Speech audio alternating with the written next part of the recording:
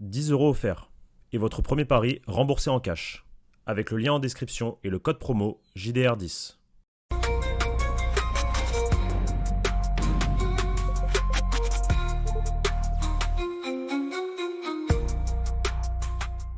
Bonjour à toutes et à tous et bienvenue pour une nouvelle vidéo sur le journal du Real. Aujourd'hui, nous allons revenir un peu à froid sur le match Real Sociedad-Real Madrid. Victoire des hommes de Xabi Alonso, 2-1, victoire de champion. Vous avez le débrief qui est disponible sur la chaîne YouTube ainsi que le match commenté en direct sur Twitch et YouTube. Si vous voulez aller vous remater la petite rediff, c'est avec grand plaisir pour voir les petites réactions de moi et Pablo. On a aussi sorti quelques extraits sur les réseaux sociaux, mais aujourd'hui, on va surtout parler de l'arbitrage durant cette rencontre qui a fait énormément débat durant le live, durant le débrief et là surtout depuis hier soir et ce matin en Espagne. On parle beaucoup de la prestation de Gil Manzano, ça parle aussi, il y a des choses qui sont sorties sur Negreira, le Real Madrid veut faire un rapport à l'UEFA ou à la FIFA par rapport à tout ce qui se passe sur la fin de saison, à la FIFA pardon, sur la fin de saison et sur Pas l'UEFA. c'est la FIFA, ouais, la FIFA. Sur la fin de saison et sur ce début de saison, parce qu'il y a déjà eu beaucoup de décisions en la défaveur du Real Madrid. Il y a le hors-jeu qui fait polémique de Kylian Mbappé, parce que... Pour moi, je continue à dire, il n'y a pas hors-jeu. Ouais, après... Bon, en fait, moi, je prends vraiment la séquence où eux, ils coupent la caméra. Pour moi, il n'y a pas hors-jeu. Il y a le genou qui couvre le joueur. Je suis désolé, je sais pas comment ils font leur ligne, là. C'est ça. Il y a la question de comment Et est-ce que surtout tu fais la après, ligne. on va y revenir. Alors, Parce que j'ai pour le coup, j'ai beaucoup de choses à dire sur ça. Il y a comment ils font la ligne, il y a évidemment le carton rouge de Dino Hussein, où il y a différents arbitres, d'anciens arbitres, qui ont dit qu'il n'y avait jamais carton rouge, parce que même sur la fameuse règle de l'annulation de but, Oyarzabal n'est pas dans le contrôle du ballon, il n'est pas dans l'axe du but, c'est ce que je te disais en direct en live, ouais, mais j'ai pas la sensation qu'il soit dans l'axe non plus, que ça soit une action dangereuse. Militao est à côté, il y a les déclarations, Movistar a capté des déclarations de Xabi Alonso à Gil Manzano, quand même assez fortes, on va y revenir un peu en détail. Avant cela, vous likez, vous abonnez si vous aimez le contenu du Journal du Real. Vous allez en description pour soutenir la chaîne, notamment commandez-vous du Oli, régalez-vous avec un bon maillot, régalez-vous avec des cours d'anglais ou d'espagnol si vous le souhaitez. Voilà, donc une fois que ça c'est fait, Pablo, comment ça va? Et donc si j'ai bien compris, beaucoup de choses à dire aujourd'hui. Ouais, beaucoup de choses à dire. Déjà, un grand merci pour les 88 000 followers. Ouais. On atteint la barre des 88 000 cette nuit.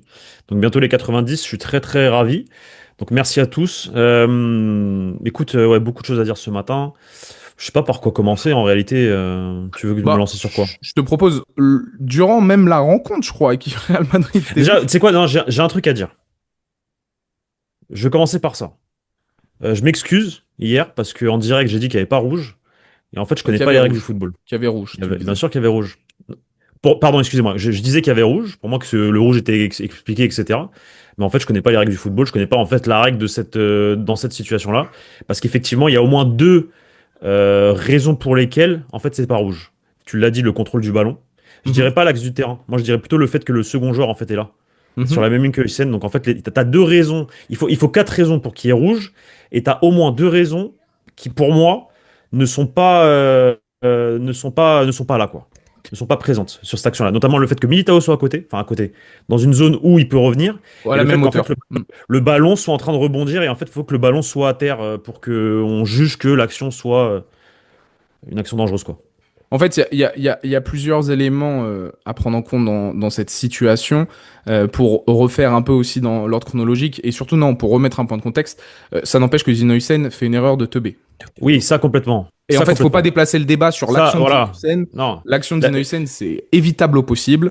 Totalement. Là, on va débattre sur est-ce qu'il y avait carton rouge ou non. En attendant, Dino Hussein arrête d'accrocher le maillot dès que tu es battu sur la profondeur, etc. ou que tu fais une petite erreur de placement. Ça nous évitera ce genre de sujet, si je peux dire. Une fois cette parenthèse fermée, Real Madrid TV a sorti une compilation des erreurs de Gil Manzano durant le match. Je vous ai dit, Movistar a capté, ça on va y revenir un peu plus tard. On va parler, donc peut-être pour commencer, de ce but hors jeu. Je te propose du but hors jeu de Arda Güler, hein, c'est un but d'Arda Güler, mais c'est Kylian Mbappé qui est signalé hors jeu sur le début de l'action. Il y a aussi un point un peu plus global quand même malgré tout, c'est qu'il y a ce sentiment depuis l'affaire Negreira aussi du Real Madrid de se faire léser plusieurs fois depuis des années, que là, si vous regardez les stats avec la VAR... Le Real Madrid est le club le plus désavantagé depuis l'apparition de la VAR avec des décisions assez ubuesques sur certaines situations. Notamment sur les cartons rouges, notamment. Notamment sur les cartons rouges ou sur les situations de pénalty aussi. Voilà.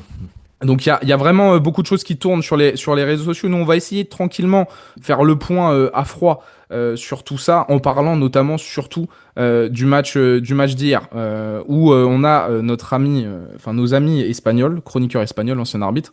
Est-ce qu'il y avait hors-jeu sur la situation de Kylian Mbappé ou pas? Ça se joue sûrement à pas grand-chose. L'arbitre assistant avait levé son drapeau. C'est pour moi le truc qui me fait dire, bon, bah écoute, au pire des cas, tant pis. Ce qui est gênant, c'est que on a la sensation sur l'image qui nous est montrée où on trace la ligne, qu'en fait, elle n'est pas arrêtée au bon moment, quoi. Et on voit qu'en Ça, plus, et un délai voilà, hallucinant c'est pour nous ça. montrer l'image. C'est ça qui me dérange. En fait, moi, ce qui me dérange, c'est le délai, en fait. Le délai entre le moment où on décide qu'il y a hors-jeu et le moment où on va te montrer à la télé euh, la situation au VAR, en fait. Pour revenir au début, ce que tu disais par rapport à tout ce qui se dit sur les réseaux, etc. Mon avis, vous le connaissez depuis des années maintenant, je ne peux pas me répéter, mais voilà, vous savez ce que j'en pense. Et vous savez quelle est ma pensée par rapport à l'arbitrage espagnol, par rapport comment dire, à l'affaire Negreira, etc., etc. Moi, pour moi, je pense que tout est lié, est encore lié, parce qu'en fait, la plupart des arbitres, enfin, la majorité des arbitres espagnols de première division arbitraient à l'époque de Negreira. Donc, en fait, tant qu'il n'y aura pas de ménage réellement de faits et une décision de justice claire et nette, mais je mets en cause aussi le Real Madrid, hein, Mais qui tu sais pour qu'attends, moi ne va pas à fond dans le dossier, en fait, et t'as l'impression qu'ils veulent protéger le Barça. Vas-y, dis-moi. est-ce que je te coupe sur ça? Real Madrid TV a montré des rapports judiciaires dans lesquels Negreira a recommandé à Barcelone de prendre grand soin, c'est cité, hein, Point de Gilles Manzano. de sa relation avec l'arbitre Jesus Gil Manzano en raison de son potentiel futur. Barcelone fait l'objet d'une enquête pour avoir payé des millions à l'ancien vice-président des arbitres, donc justement Negreira. Et ça a été diffusé hier sur Real Madrid TV. En fait, Et c'est en lien forcément avec le match d'hier, vu que l'arbitre était Gil Manzano. c'est pas que c'est en lien, c'est qu'en fait, on sait tout ça, on sait tout ça, mais ces mecs-là continuent d'arbitrer en fait. C'est voilà, non mais c'est ça en fait le problème, la problématique, parce que tant qu'il y aura pas une décision en justice claire et nette qui dira bah oui, le Barça a je ne sais quoi, on verra ce que dira la justice. Bah les mecs ils continuent d'arbitrer et c'est toujours les mêmes en fait. T'as Gil Manzano, t'as Hernandez, t'en as plein qui sont là. T'as Munura Montero, enfin ils sont tous là. Benguetcher, on les connaît tous, on les connaît tous. Et ces mecs-là continuent d'arbitrer, et en fait, chaque week-end, bah, il se passe des choses qui forcément, mais pas que côté Real, hein, même pour tous les clubs.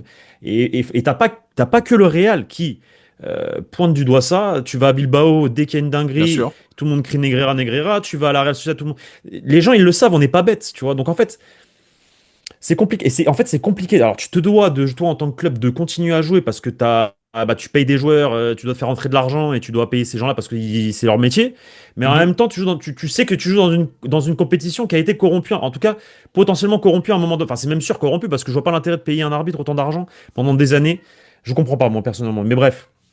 Et pour venir du coup Gilles Manzano, c'est qu'effectivement cet article là, c'est un article de effet, bah t'as ce truc là qui est sorti à un moment donné et le mec continue d'être là.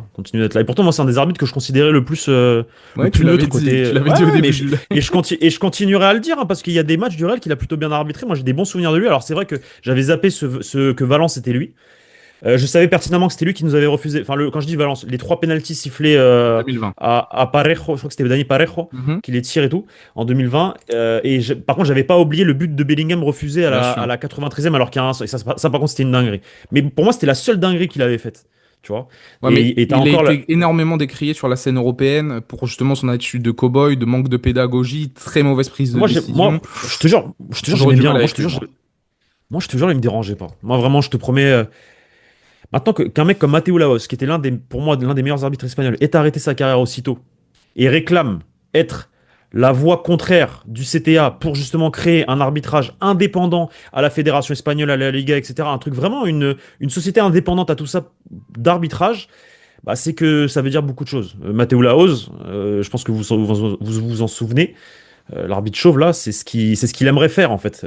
Engager une création d'arbitrage espagnol indépendant de toutes les grandes institutions espagnoles, parce qu'aujourd'hui, il faut savoir que le CTA est encore géré par la Fédération espagnole, ce qui, je pense, n'est pas normal.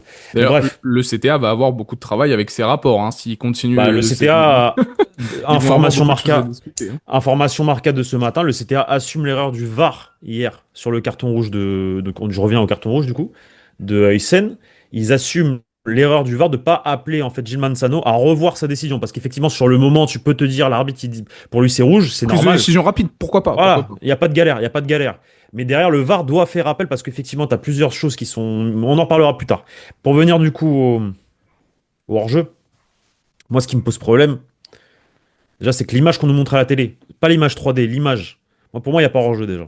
Je le vois, tu as le genou du mec qui est plus avancé que Mbappé.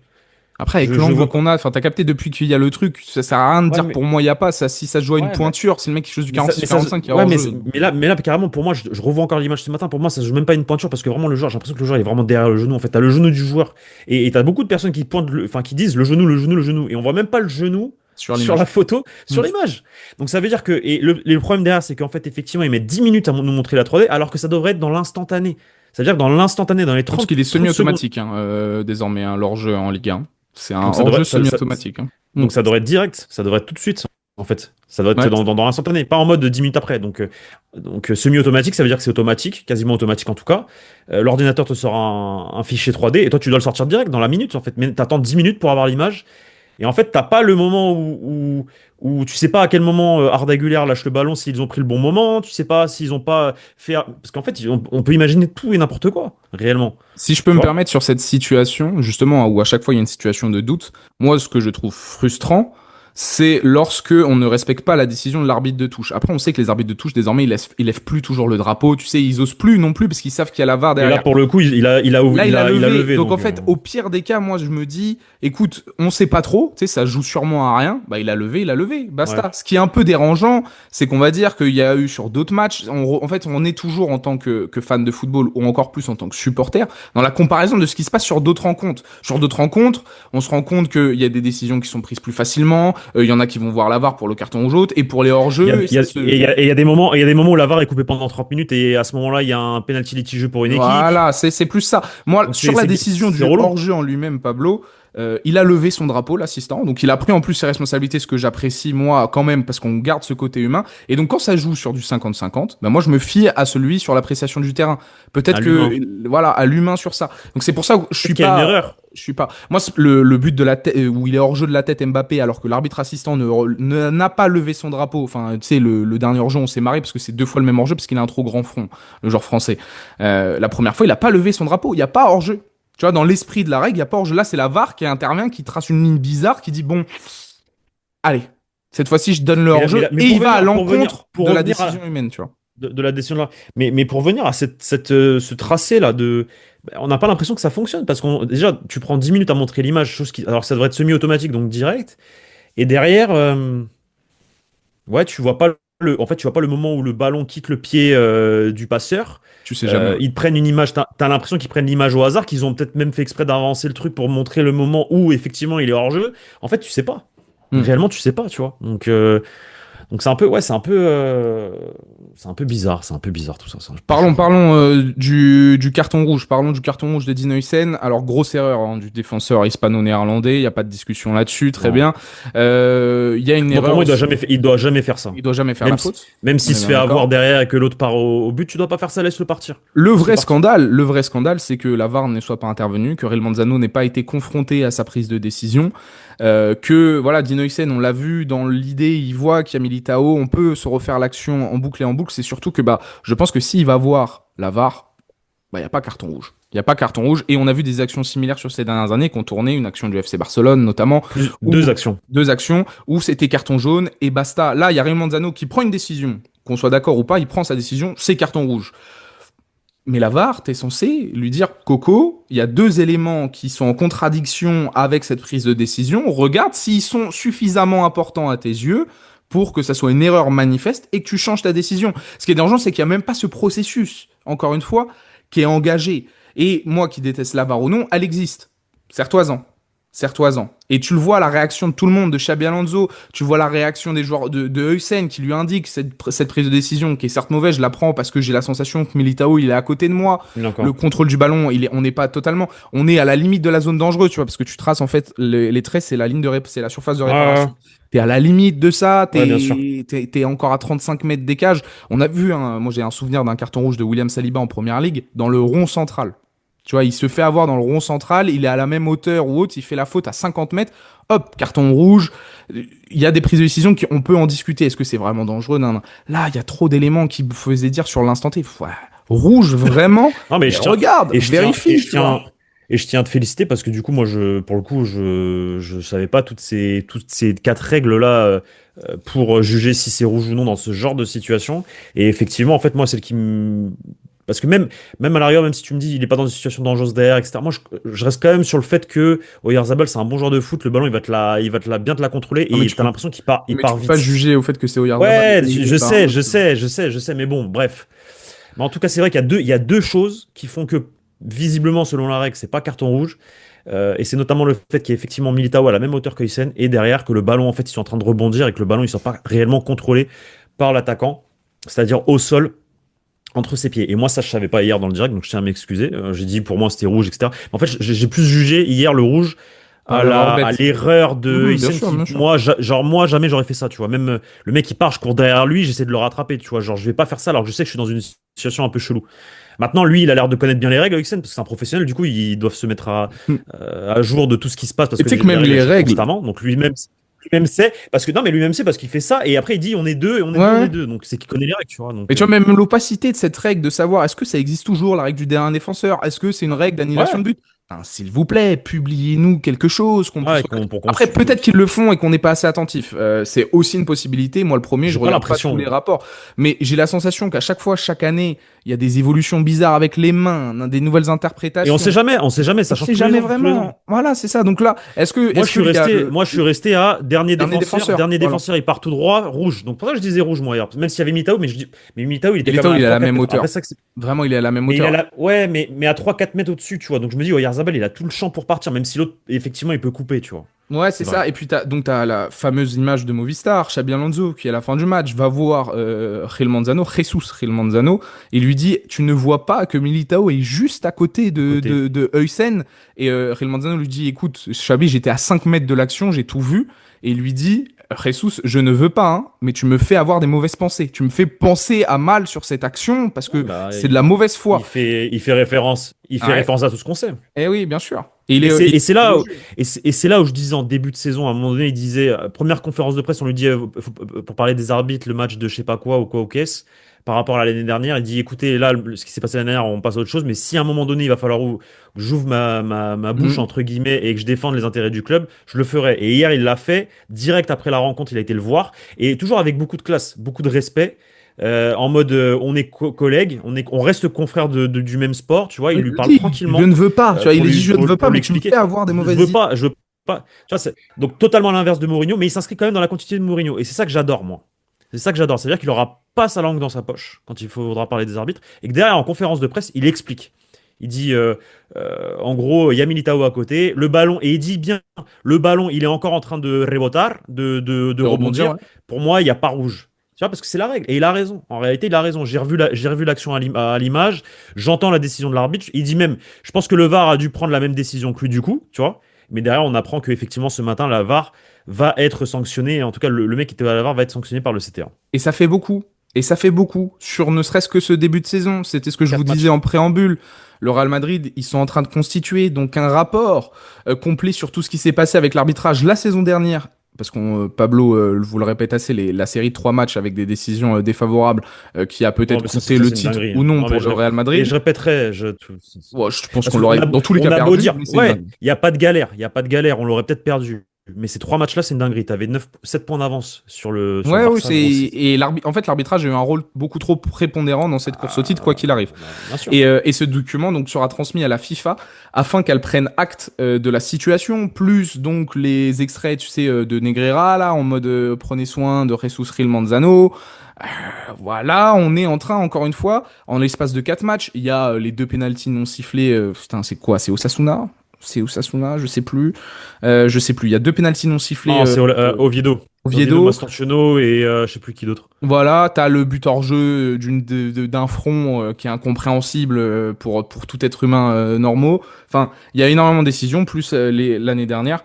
Ouais, on parle beaucoup trop d'arbitrage. Encore une fois, beaucoup trop. Petite explication par rapport à ce rapport qui est envoyé donc à la FIFA. La FIFA, Infantino, proche. du Real Madrid, quoi qu'il arrive. Et depuis toujours, Infantino, même quand il était à l'UEFA, ils étaient très proches. Les deux institutions, Infantino a une relation particulière avec le Real et ses dirigeants.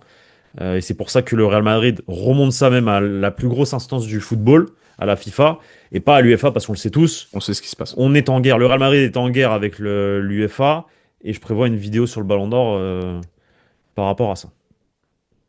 Par Est-ce rapport à qu'on mes a tout dit fameuses infos sur le Ballon d'Or. par rapport à l'arbitrage? En Bah réalité, on a écoute, tout. est-ce qu'on a tout dit par rapport à l'arbitrage Déclaration bah, d'ancien est-ce qu'on est arbitre d'accord hein, avec qui le montre Real? et tout, ouais. Est-ce qu'on est d'accord avec le Real d'envoyer ça à la FIFA, Victor? De se plaindre? Moi, Parce que oui. certains journalistes français ont commencé à dire hier, est-ce que c'est pas un peu clownesque, qu'on n'est pas dans la caricature du Real qui se plaint de l'arbitrage, etc., etc. Non, mais ça, c'est parce qu'il y Qu'est-ce a, qu'on répond à ces Non, ouais. gens-là? Non, mais ça, c'est stupide. Parce qu'on ne sait pas tout. Parce que ces gens-là ne savent pas tout. Non, Oui, mais ces c'est gens-là ne surtout que savent pas tout. cet argument de dire que le Real Madrid se plaigne tout, c'est stupide en fait. Ça n'arrive à n'importe quel club, un enchaînement de mauvaises décisions. Et quand vous regardez à brut les statistiques, ça sert à Et rien. C'est pas parce que l'historique. c'est un club plus gros qui a déjà été avantagé dans le passé, ce qui est vrai, parce que par sa stature, mais qui a jamais été avantagé par des erreurs manifestes, entre guillemets. C'est un gros club, oui, évidemment que à certains moments, des décisions vont plutôt aller dans ta faveur, parce qu'un stade de 80 000 personnes, parce que le poids de l'histoire, parce que si, parce que ça, très bien. Mais pas forcément, encore une fois, pas forcément. Pas Non, forcément. après Quand on l'histoire le regarde les prouve stats, quand même. Le FC Barcelone, le oui, mais quand tu Real. regardes les stats, tu vois bien qu'il est beaucoup plus lésé que le Barça et que la différence, elle est énorme et que c'est bien des matchs, c'est pas des confrontations Real-Barça, c'est des confrontations Non, Real c'est sur contre. d'autres matchs. Oui, bien sûr, c'est sur d'autres Voilà, matchs. Non. donc moi cet argument moi de mes yeux, à part le seul match où j'ai vu le Real Madrid se faire avantager de dingue la saison dernière, et c'était la saison dernière et c'était le seul match de ma vie parce que des matchs du Real Madrid, j'en ai vu hein. J'en ai vu beaucoup. Je parle bien dans le championnat espagnol, dans l'écosystème Espagne, le seul match c'était la finale de Coupe du Roi et parce que la veille, pour moi, je le répète, le Real avait monté tout un truc contre l'arbitrage, le fait que l'arbitre il pleure en conférence de presse que c'est pas normal, etc., etc. On va boycotter le match, tu vois que derrière le lendemain, il y avait eu énormément de critiques envers le Real, ouais, c'est pas bien de faire ça, etc., etc. Comme par hasard, le lendemain, Burgos Bengoechea, le mec qui a le plus volé le Real Madrid en Espagne, te fait un match, il vole le Barça, parce que je le dis, il vole le Barça, et il nous avantage, mais toute la rencontre, chose que je n'ai jamais vue de mes yeux, mais c'est pas ça qu'on veut en fait.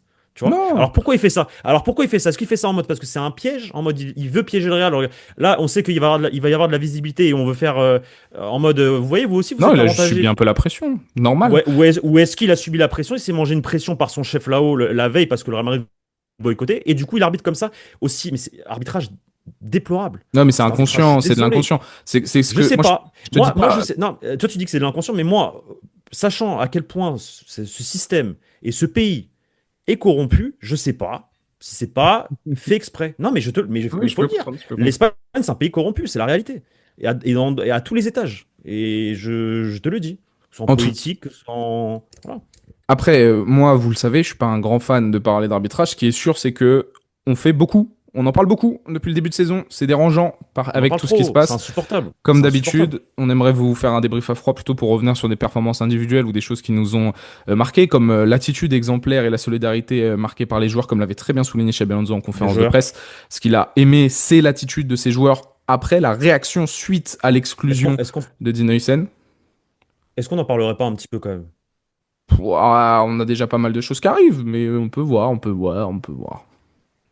Non, mais là, maintenant, tout de suite, quand même, souligne tout ça et dire Ah, à quel tu veux point même caler. la connexion Arda Güler-Mbappé. Bah ouais, parce que c'est relou, on parle que de l'arbitrage, gros, c'est chiant, j'en ai marre. Non, mais les deux gros points Franchement, positifs hier, ça me c'est la saoule. réaction de l'équipe, la solidarité après l'exclusion, même si la deuxième mi-temps, les 10 premières minutes de la deuxième mi-temps, bah, on a eu Compliqué. un bon trou noir et on n'était plus dans ces ballons 50-50 là, sur les seconds ballons, etc. On n'était plus trop dedans, on n'était plus aussi soudés.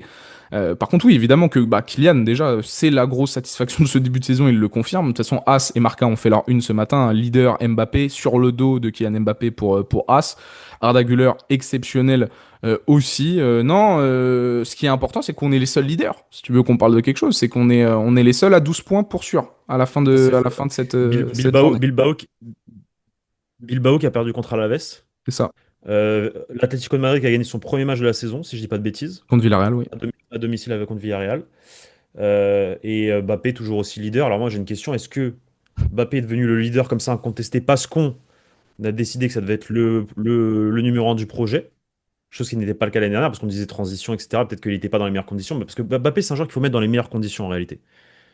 C'est un leader de projet. Quand tu vas chercher Mbappé, c'est un leader de projet. Est-ce qu'aujourd'hui, il performe comme ça? Bon, après, il y a toute une explication aussi, même mentale, physique. Il est plus affûté, etc. Il prend beaucoup plus au sérieux le début de saison, etc. Il fait un énorme début de saison. Mais est-ce que le fait de ne pas l'avoir mis dans ces conditions-là aussi à la base et de le savoir, ça lui permet pas de performer encore plus? Tu vois? Oui, Et d'être libéré, genre. En deux, mentalement, t'es mieux, t'as eu ta prépa, tu as changé ton attitude avec un nouveau coach. T'arrives, en fait, là, c'est le fait qu'il y ait un nouveau coach aussi, t'arrives plus dans un groupe déjà établi. Les règles, les cartes, elles sont rabattues. Tout se rejoue aussi. Donc, non, c'était pas simple pour lui d'arriver dans une équipe qui était déjà championne aussi, je pense. Tu vois, et c'est pour ça qu'il est arrivé un peu sur la pointe des pieds, il sait ce qui s'est passé. Là, Bien il sûr. peut juste un peu plus s'affirmer. Puis il a l'air aussi d'avoir pris, j'ai envie de dire presque en maturité, au niveau de l'attitude, d'avoir compris ce qu'on attendait de lui, des enjeux aussi, bientôt à 27 ans de sa carrière, frérot. C'est maintenant, si tu veux qu'il se passe quelque chose. Luis Enrique avait Ouais, essayé de sûr. mettre une graine, c'était peut-être pas bien passé. Il lui fallait peut-être le contexte d'un club encore plus grand comme le Pour Real que ça Madrid. passe. Pour qu'il comprenne que bah là frérot voilà. Et puis il y a la Coupe du Monde aussi, je pense qu'il joue beaucoup dans la compréhension Ouais, ouais, du ça joue énormément, je te le confirme. Ça joue énormément pour lui, année de Coupe du Monde, année où il faut tout casser et il faut être prêt au mieux pour arriver à cette échéance. Et effectivement, ça compte aussi la Coupe du Monde. Sachant que s'il gagne tout avec enfin tout, en tout cas de belles choses avec le Real, qui finit il meilleur sera Ballon buteur d'Or. partout, que même pas forcément gagner la Ligue des Champions, hein, mais en tout cas être dans la discussion avec un Real qui arrive en demi ou même bon, s'ils arrivent en finale, on la gagne. Le Real ne perd pas les finales, mais en tout cas, arriver en demi, gagner la Liga, la Coupe du Roi, faire un doublé national et arriver à la Coupe du Monde et faire une Coupe du Monde de malade. Pour moi, il y a de fortes chances que le Ballon d'Or soit cette année pour lui, hein, en Mais c'est réalité. nous ce qu'on espère surtout, c'est que le Real Madrid performe avec lui ou grâce à lui, tu vois. Et ça en prend Ouais, bah bien sûr, la, complètement. la bonne, la Complètement. bonne tournure. Là, actuellement, il est en train d'être le vrai leader offensif. Moi, je parlais de Arda Güler comme Bien mon sûr. MVP hier parce qu'il m'a impressionné. Mais Kylian, depuis le début de saison, très bien. Très bien, le Kicks. Très bien. Puis si on peut parler un peu plus de Kylian et un peu moins de Gil Les arbitres. Manzano ou d'autres, c'est que du plaisir. Merci beaucoup, les amis, d'avoir regardé cette petite vidéo réaction à l'arbitrage et aux décisions qui est en train de se passer, hein. Quand même, Marca, tu l'as dit, mais c'est comité des arbitres, les gars, ils ont affirmé l'erreur, hein. Suspendu, l'arbitre de la Ouais. VAR. Encore une fois, attention, le rapport qui arrive, attention. À la Nevera. Il se passe beaucoup, beaucoup de choses. Les amis, il y a Marseille hein, qui arrive mardi. Beaucoup de gros dispositifs côté Journal du Real pour vous couvrir tout l'événement. Premier match de Ligue des Champions de cette saison 25-26. Donc restez connectés sur le site et les différents réseaux sociaux du Journal du Real. Puis évidemment sur YouTube et Twitch pour les différents lives et les nouvelles vidéos qui vont arriver. On aura sûrement pas mal d'invités, pas mal de petits projets. Donc voilà, soyez concentrés, buvez du Oli. Puis on se retrouve très vite sur la chaîne YouTube Journal du Real. Ciao les gars.